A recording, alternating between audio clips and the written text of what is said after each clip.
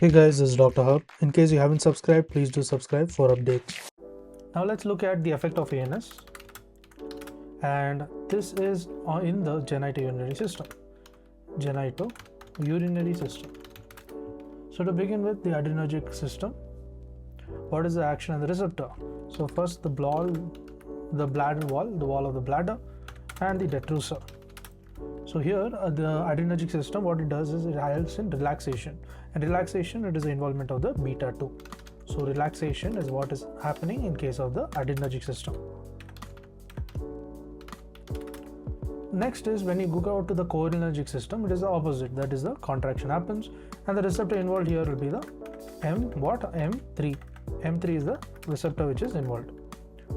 Next, moving on to the trigone and the sphincter. Trigone and the sphincter.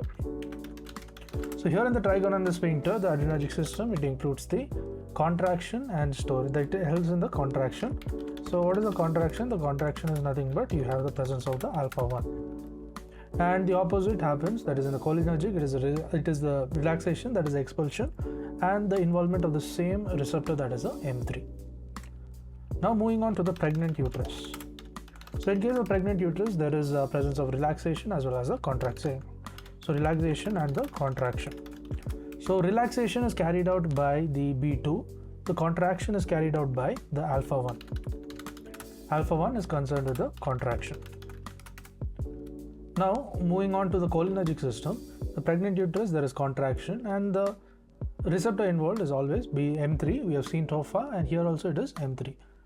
So pregnant uterus, it was relaxation beta 2, and contraction is alpha 1. Now looking at the penis. So here it involves the ejaculation. Ejaculation in adrenergic system is by the alpha 1. So it is ejaculation, and it is by the alpha 1. Next, in case of the cholinergic system, it will be the erection, that is the M3. To learn and grow daily like this, please do subscribe.